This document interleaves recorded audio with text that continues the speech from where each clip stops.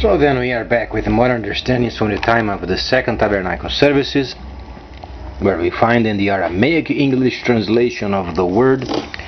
This translation comes from the original manuscripts of the prophets of the Israelic lineage, so then we can understand the time of the end as per Yeshayahu the prophet. We find a layer of understanding of the spring feast, autumn feast, and also the returning of the cities of the Messiah laid waste for many centuries.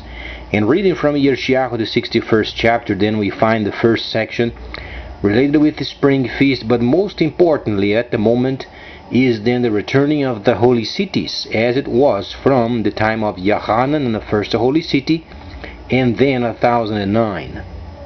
Let's then evaluate what this means, as we then experience the time of the restoration started in 2010.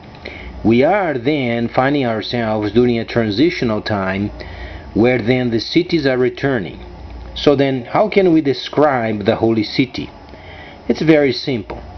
Moshe, first, he was in the desert and he received the holy instructions, and he simply built a tent, a holy tent, where then the Holy Creator's presence was upon the Ark of the Covenant, already found then in 82 by an American archaeologist.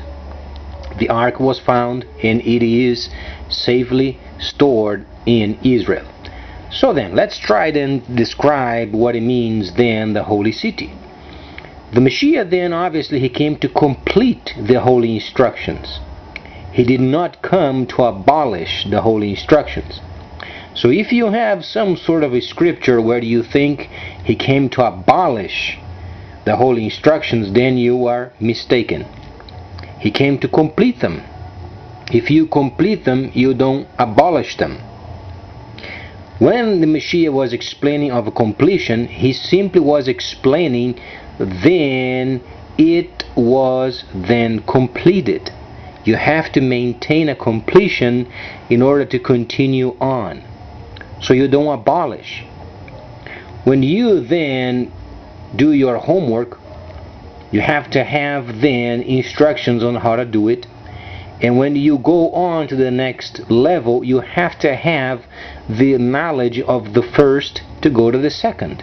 It is similar. You can't abolish what you have learned because you have to use the knowledge previously to go on to the next chapter.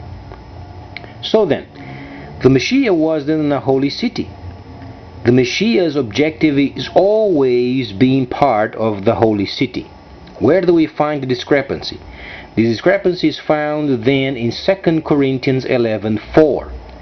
Then Shaliach Shaul has said, if any person comes to you and preaches, or then teaches you, or then shows you, or then instructs you in any other form than taught by Moshe. Moshe taught the holy city on a desert, the tent in the presence of the Creator. Then the Messiah simply had taken the Creator's presence and replaced with himself as the Son. So then the holy presence was always in the Holy of Holies. Thus you have to have a holy city to become saved. Thus then the plan of salvation. So then, what does it mean then, 2 Corinthians 11:4? Means any belief of a Messiah wandering in a world outside of the Holy of Holies is false. So then, the whole world caught in a Greco-Roman translation of the scripture, they are absolutely wrong, because you don't find the Messiah wandering in the world.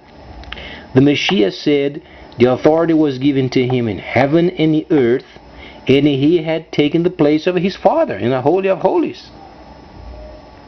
The understanding is extremely simple.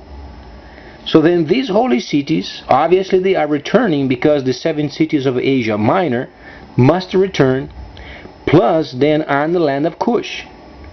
It is very simple understanding, because Yohanan, if you make a very precise map of the holy instructions, you will find a very fierce persecution of those who believed in the Messiah after his ascension.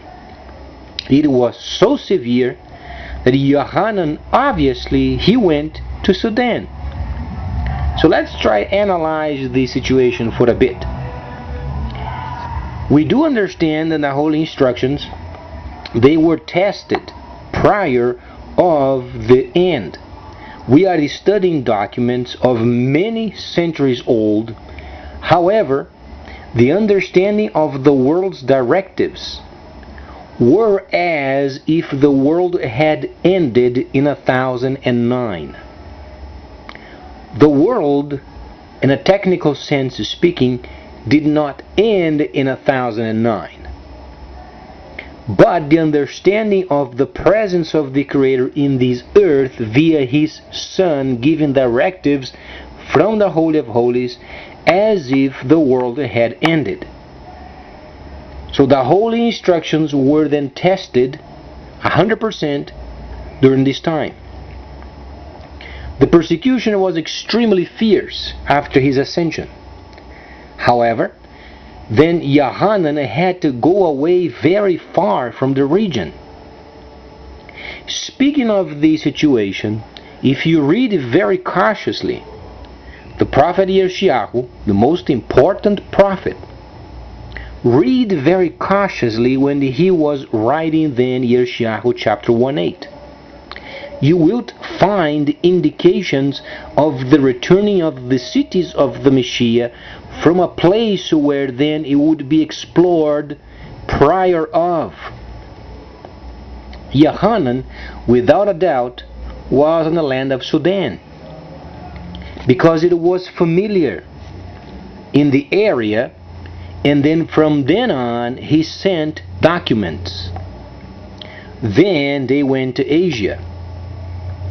Thus when we read, then the prophet knew where the place then a disciple of the Messiah was part of in a very far away area because of the fierce persecution posed upon then his people, or imposed, should say, imposed upon his disciples. That's why then Yeshayahu the prophet absolutely 100%, he emphatically said very precisely then the very sections and the holy instructions regarding the holy feasts and then the holy Shabbats and the sounds of the shofars on the land of Kush, and he wowed beyond the rivers of Ethiopia, the land known as today as Congo, because of the mineral riches, very important for technology. So let's just study then the holy instructions, because it must have a link from what Yeshayahu the prophet had said and the disciple who went to a far place, far beyond the reach of the fierce people of the region because of the teachings of the Messiah, and then linking up with a prophet. This we understand then later.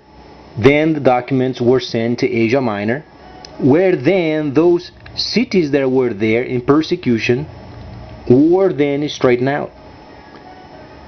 Because beyond this point, if you analyze what went on with those cities, there were 7 cities in Asia Minor: Pergamus, Philadelphia, and Smyrna, and so on and so forth.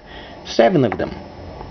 They did not have clear directives from the Messiah. They did not have the documents, the important documents for the strengthening of those places. And then obviously they were persecuted.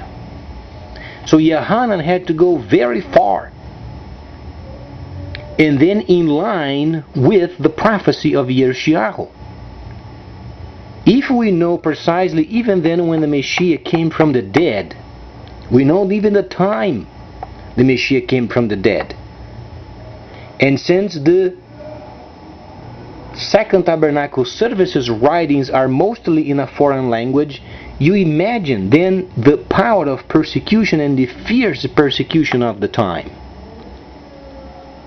So we established this very importantly because we found the place where then Yahan was at, on the land of Kush. Thus then, the prophet simply said during the time of the restoration period, beyond the starting of the spring feast, the prophet knew there would be a place where then a disciple would be at, tested and found, and then later restoring. So then, with this we understand the simplicity of salvation. No tabernacling, no salvation. Who is the false Messiah? A Messiah wandering in the world. Those people believe in the Messiah outside of the Holy of Holies, they have the false Messiah. It's very simple. So then, later we're going to study more because then there are more developments going on in the world. More nations are then obviously adopting other types of monetary systems, so then we can make a place where they can evaluate tabernacling of the second son Yitzhak, and then simultaneously with the first son Yishmael. These must go hand to hand because they are brothers. One of them has a task of trade, the second has the task of tabernacling. We're going to analyze this more next time. Please stay tuned.